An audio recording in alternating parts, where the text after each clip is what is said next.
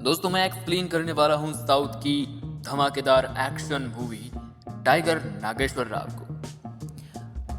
Film की शुरुआत में हमें दिखाया जाता है कुछ पुलिस ऑफिसर्स को जो टाइगर नागेश्वर राव के बारे में चर्चा कर रहे थे। इनमें राघवेंद्र राजपूत, विश्वनाथ शर्मा, अनुज गुप्ता, विक्रम चौधरी और मिस्टर सिंह कई लोग मौजूद थे। इनमें एक ऑफिसर टाइगर नागेश्वर राव के बारे में बताता है कुछ भी गलत काम करने से पहले पुलिस को फोन करके बताता था। आगे वह कहता है कि उसने मुझे फोन करके बताया कि वो ट्रेन में रखे 20 टन अनाज को लूटने वाला है। इसके कुछ समय बाद ही बड़ी आसानी से और अनोखे तरीके से उसने चलती ट्रेन में 20 टन अनाज चुरा लिया, वो भी 4.5 मिनट में। यह सुनकर बाकी वाले ऑफिसर्स हैरान रह जाते हैं। आगे वो बताता है कि जब टाइगर नागेश्वर राव 8-10 साल का था उस समय स्टुअर्टपुरम पर येला मांडा का अधिकार था। वो जुर्म की दुनिया का बादशाह था उस समय। नागेश्वर राव ने 8 साल की उम्र में पहला खून किया और वो भी अपने पिता का। स्टुअर्टपुरम के लोग शुरुआत में शिकार करते थे। धीरे धीरे ये लोग वहां से गुजरने वाले लोगों के साथ लूटमार करते थे। इनको सुधारने के लिए एक अंग्रेज अधिकारी स्टुअर्ट ने उन्हें एक बस्ती बनाकर दी ताकि ये लोग सुधर सके। लेकिन इनकी जुर्म करने की आदत नहीं बदली। वो फिर से लूटपाट और कत्लेआम मचाने लगे। ये हैं बिजली प्रसाद। स्टुअर्टपुरम के सारे बड़े बड़े गैंगस्टर इसी से ट्रेनिंग लेकर गए। इनका कहना है कि मांस खाने से कुछ नहीं होता, बल्कि गधे का खून पीकर घोड़े की तरह दौड़ो। नागेश्वर राव ने भी इन्हीं से ट्रेनिंग ली थी। अब येलामांडा अपने काले धंधों के बलबूते पर एमएलए बन गया था। उसका बायां हाथ उसका छोटा भाई काशी था। दरअसल वही इस काले धंधों को संभालता था। इस समय नागेश्वर राव भी स्टुअर्टपुरम में रहता था। येलामांडा की फैक्ट्री में जब पार्टी चल रही थी और नागेश्वर राव भी वहीं मौजूद था, तभी वहां पर कोलकाता का एक व्यापारी जो सोने की तस्करी करता था, उसका माल वहां पर फंस गया था। इसलिए वो येलामांडा से मदद मांगने आया था, लेकिन येलामांडा ने मना कर दिया। इतने में नागेश्वर राव उसकी मदद करने के लिए तैयार हो जाता है और वो बदले में उस माल का 50% और येलामांडा के दरबार में अपने लिए एक कुर्सी की मांग करता है। इस पर नागेश्वर राव को मंजूरी मिल जाती है। येलामांडा और वो सेठ जिसका नाम अंगी सेठ था वो मान गए। टाइगर नागेश्वर राव उसका माल ढूंढने के लिए निकल पड़ता है। थोड़ी ही देर बाद नागेश्वर राव अंगी सेठ का माल लेकर वहां पर पहुंचता है। अंगी सेठ ये देखकर बहुत खुश होते हैं और नागेश्वर को मदद करने का आश्वासन भी देते हैं। उसी दिन से स्टुअर्टपुरम में एक नई ताकत ने जन्म लिया, नागेश्वर राव ने स्टुअर्टपुरम से एक एक करके सारे गैंग को खत्म कर डाला। अब उसका नाम सुनते ही लोगों की रूह तक कांप उठती थी। अब नागेश्वर राव को खत्म करने के लिए एक ही आदमी था और वो था स्टुअर्टपुरम सर्कल इंस्पेक्टर मॉली। इसने एक कैदी को तड़पा तड़पा कर मार डाला था और उसी कारण कोर्ट में इसकी सुनवाई थी। कोर्ट के बाहर मौली एक लड़की को छेड़ता है। नागेश्वर राव भी वहीं पर मौजूद था। नागेश्वर राव और मौली के बीच में भयंकर फाइटिंग होती है। नागेश्वर राव ने मौली की एक आंख को भी फोड़ डाला। नागेश्वर राव को अपना दुश्मन मान चुका था मौली। वो उससे बदला लेना चाहता था। मद्रास पोर्ट पर सोने की तस्करी की जाती थी। वहां का धंधा बसंतराव संभालता था। अब नागेश्वर राव का अगला टारगेट मद्रास पोर्ट था। बसंतराव बहुत खतरनाक इंसान था। वह अपने दुश्मनों के टुकड़े करके मछलियों को खिलाता था। नागेश्वर राव मद्रास पोर्ट के लिए रवाना होता है। ट्रेन में उसकी मुलाकात एक लड़की से होती है। नागेश्वर उससे प्यार करने लगता है।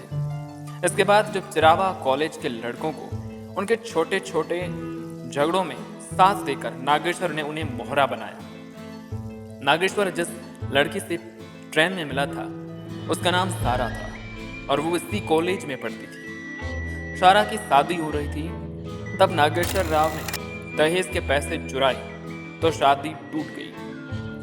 दूसरे दिन नागेश्वर ने वो पैसे सारा को देकर कहा कि ये मैंने चुराए थे। सारा बहुत नाराज होती है। नागेश्वर सारा से बहुत प्यार करता था। सारा के पिताजी और यलामंडा के भाई काशी के बीच थोड़े से काम को लेकर झगड़ा हो जाता है। इतने में काशी उसकी बेटी ले जाने वाला ही था। इसी बीच नागेश्वर राव की एंट्री होती है। नागेश्वर राव के पास बंदूकें थी, इसलिए काशी और उसके आदमी वहां से निकल गए। ये सब देखकर सारा भी अब नागेश्वर से प्यार करने लगी थी। नागेश्वर अब मद्रास पोर्ट पार करने के लिए तैयार था और पोर्ट के सबसे खास आदमी को अगवा करके सारी जानकारी पोर्ट के लिए निकलने वाले थे। इतने में सारा वहां आ जाती है और नागेश्वर से कहती है कि मेरी शादी होने वाली है, मैं इससे खुश नहीं हूं, और वो नागेश्वर से शादी करने को कहती है। सारा ये भी कहती है कि तुम 1-2 दिन रुक जाओ। नागेश्वर कहता है कि ठीक सुबह 5 बजे चेराला स्टेशन पर आ जाना। ऐसा कहकर वो निकल जाता है। मद्रास पोर्ट पहुंचकर नागेश्वर और उसके साथियों ने बसंत राव से लड़कर सोना चुरा लिया। सारा को दिया हुआ वादा पूरा करने के लिए वो चेराला स्टेशन जाता है। वहां पर सारा भी बैठी होती है। वो वहां से जाने ही वाले थे कि अचानक काशी पुलिस के साथ वहां आ जाता है। पुलिस नागेश्वर राव को पकड़ लेती है। ये देखकर सारा बहुत दुखी होती है और नागेश्वर से कहती है कि मैंने तुम्हें कहा था 1-2 दिन रुक जाओ, तुमने मेरी बात नहीं मानी।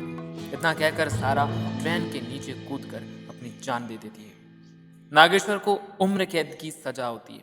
अब उसे तमिलनाडु की जेल में रखा गया है। अब तक की स्टोरी फ्लैशबैक में चल रही थी और प्रेजेंट में हमें उन्हीं पुलिस वालों की मीटिंग को दिखाया जाता है। और में से एक पुलिस वाला कहता है कि नागेश्वर राव पकड़ा गया, उसे उम्र कैद भी हो गई, अब उसकी कहानी खत्म। कहते में मिस्टर शास्त्री कहते हैं कि स्टुअर्टपुरम के नागेश्वर की कहानी खत्म हो गई, लेकिन टाइगर नागेश्वर राव की कहानी अब शुरू होती है। उसके बाद कहानी को फिर से फ्लैशबैक में दिखाया जाता है, जहां नागेश्वर राव को एक जेल में बंद दिखाया जाता है। जेलर उसे खाना खाने को कहता है और साथ में यह भी कहता है कि तुझे खाना ही होगा, ये जेल है, तेरा ससुराल नहीं। तभी नागेश्वर कहता है कि चल फिर कल जेल से निकल कर ही खाऊंगा। ये सुनकर जेलर कहता है ये साउथ इंडिया का सबसे बड़ा जेल है। अब तक 300 से ज्यादा कैदी फरार होने की कोशिश कर चुके हैं, उनमें से एक भी बच नहीं पाया। तू भाग के दिखा, मैं भी देखता हूँ। अगले दिन नागेश्वर वहां से सच में भाग जाता है। जेलर को बहुत हैरानी होती है क्योंकि जेल के चारों ओर एक ऊंची दीवार है जिसे कोई पार भी नहीं कर सकता है, लेकिन नागेश्वर राव ने इसे आसानी से छलांग मारकर पार कर दिया। जिस दीवार को सिर्फ टाइगर ही पार कर सकता है, उसे एक इंसान ने पार कर दिया। जेल से फरार होने के बाद टाइगर नागेश्वर राव सारा की मौत के बदले की आग में झुलस रहा था, इसलिए वह सीधे ही यलामंडा और काशी की फैक्ट्री गया। वहां पर एक ही कुल्हाड़ी से उसने 24 लोगों को मौत के घाट उतार दिया। उसी दिन से टाइगर लापता है। अब कहानी को फिर से प्रेजेंट में दिखाया जाता है, जहां मिस्टर शास्त्री ने टाइगर नागेश्वर राव की पूरी फ्लैशबैक स्टोरी सुनाई। राघवेंद्र राजपूत ने वहां बैठे पुलिस ऑफिसर्स को पीएम की सिक्योरिटी बढ़ाने को कहा। मिस्टर शास्त्री के पूछने पर उन्होंने कहा कि नागेश्वर ने एक लेटर भेजा है जिसमें उसने कहा है कि वो 48 घंटों के अंदर पीएम के घर में चोरी करेगा। राघवेंद्र राजपूत कहते हैं कि इतनी हाई सिक्योरिटी में आज तक कोई पीएम के घर में नहीं घुस पाया, तो ये कैसे घुस सकता है। इतना कहकर ये सब पुलिस ऑफिसर्स पीएम के घर जाते हैं। वहां पहुंचकर राघवेंद्र राजपूत पीएम के घर की सिक्योरिटी को और मजबूत करते हैं। अगले दिन सुबह पीएम गाड़ी में बैठकर कहीं जा रही थी। ये देख राघवेंद्र राजपूत मिस्टर शास्त्री से कहते हैं मैंने कहा था ना, इतनी टाइट सिक्योरिटी में नागेश्वर तो क्या कोई और भी नहीं आ सकता है। इतने में एक नौकर पीएम के लिए चाय लेकर ऊपर जाता है। ये देखकर राघवेंद्र दौड़कर पीएम के कमरे में जाते हैं और देखते हैं कि पीएम साहिबा तो कमरे में बैठी है। ये देख राघवेंद्र दौड़े दौड़े जाते हैं और सुबह जो पीएम की गाड़ियों का काफिला निकला था उसे रुकवाते हैं और पीएम की गाड़ी को देखकर चौंक जाते हैं क्योंकि उसमें भी पीएम साहिबा खुद बैठी थी। राघवेंद्र अब समझ चुका था कि सुबह पीएम के कमरे में पीएम के भेष में जो था वो नागेश्वर था। सब यही सोचते हैं कि इतनी टाइट सिक्योरिटी के बावजूद भी नागेश्वर राव अंदर कैसे आया। बाद में पता चलता है कि मिस्टर शास्त्री की गाड़ी का ड्राइवर बनकर वो अंदर घुस गया, लेकिन शास्त्री को लगा कि वो पुलिस वाला है क्योंकि नागेश्वर खुद शास्त्री को लेने गया था खुद को दिल्ली पुलिस में है ऐसा बताया।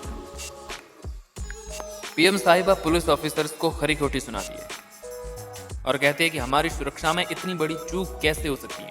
वो 12 घंटे हमारे साथ घूम रहा था, वो भी हथियार लेकर, और हमें पता ही नहीं चला। आगे वह कहती हैं कि उसका मकसद चोरी करना तो नहीं था।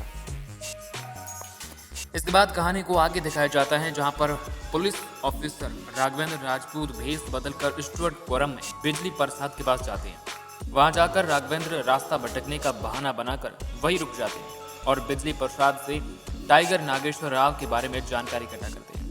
राघवेंद्र जानबूझकर बिजली प्रसाद से कहते हैं कि हर जगह पुलिस उसे ही ढूंढ रही है और उसे पकड़ने का इनाम भी रखा है।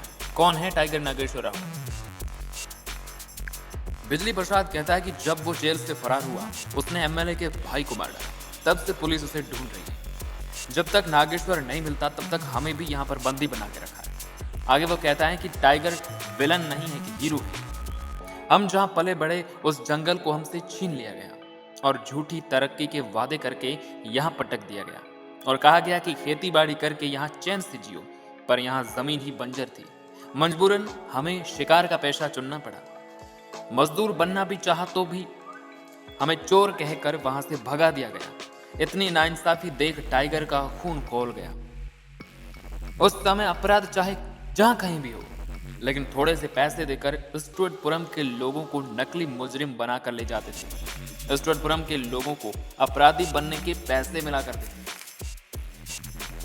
इसी तरह पुलिस स्टुअर्टपुरम में आती है और हट्टे-कट्टे नौजवान युवाओं को नकली अपराधी बनाने के लिए उन्हें जबरदस्ती पकड़ती है। तभी टाइगर नागेश्वर राव उन पुलिस वालों की अच्छी खासी धुलाई करते हैं।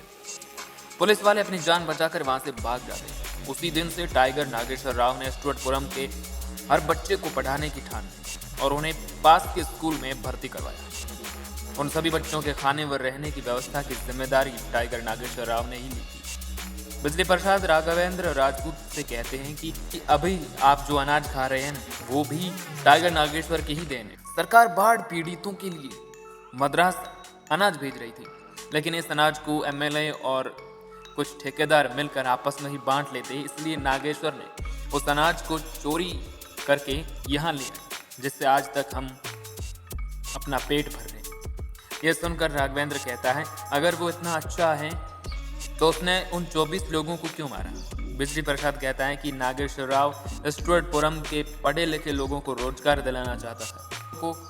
स्टुअर्टपुरम के लोगों की सलाह पर नागेश्वर वहां एक फैक्ट्री खोलना चाहता था, जिससे लोगों को रोजगार मिल सकता था। फैक्ट्री खोलने के लिए बहुत से पैसों की आवश्यकता थी, इसलिए उसने मद्रास फोर्ट से 300 किलो सोना चुराकर कहीं छुपा लिया। जब पुलिस ने उसे पकड़ लिया और बहुत सी यातनाएं दी, लेकिन उसने सोने के बारे में कुछ भी नहीं बताया। येलामांडा को डर था कि कहीं अगर फैक्ट्री खुली तो उसका राज खत्म हो जाएगा, इसलिए सोने के बारे में स्टुअर्टपुरम के लोगों को पकड़ा गया, जिन्होंने नागेश्वर राव को फैक्ट्री खोलने का आइडिया दिया। इन्होंने सोने के बारे में येलामांडा को कुछ भी नहीं बताया, इसलिए येलामांडा ने इन्हें मार दिया। एक बच्चा था, उसे नशे की गोली देकर सब उगलवा दिया। जब नागेश्वर राव तक ये खबर पहुंचती है कि येलामांडा ने सोना हड़प लिया है और उसके कुछ साथियों को भी मार दिया है, तो वह जेल से फरार हो गया। मद्रास सेंट्रल जेल से फरार होने वाला वो पहला शख्स था। वहां से वो सीधा येलामांडा के पास पहुंचा और वहां पर एक ही कुल्हाड़ी से 24 लोगों को मौत के घाट उतार दिया। यहाँ पर उसने येलामांडा की आंखों के सामने उसके भाई काशी को काट दिया, जिसकी आंखें उसके पिता व सारा की मौत पर नम नहीं हुई, लेकिन इन बच्चों की मौत पर नम हो गई। इसके बाद नागेश्वर अपने पिता के दोस्त के घर पर रुका। वहां पर उसकी मुलाकात बचपन की दोस्त मणि से होती है। नागेश्वर को पुलिस पकड़ने में नाकाम रही, इसलिए येलामांडा ने स्टुअर्टपुरम में पढ़ने वाले बच्चों पर जबरदस्ती चोरी और मर्डर के आरोप लगाए और वहां आकर लोगों को परेशान किया। उसे पता था नागेश्वर वहां जरूर आएगा और आ भी गया। नागेश्वर ने वहां आकर अपने साथियों के साथ मिलकर उन पर बारूद फेंका, कहीं चिंगारी न जल जाए, इसलिए येलामांडा और उसके आदमी वहां से भाग जाते हैं। नागेश्वर येलामांडा से कहता है कि तुझे मैं आज नहीं मारूंगा, तेरे सामने मैं फैक्ट्री बनाऊंगा और जिस दिन रिबन कटेगा उस दिन तेरा सर कटेगा। इसके बाद नागेश्वर और उसकी बचपन की दोस्त मणि दोनों शादी करते हैं।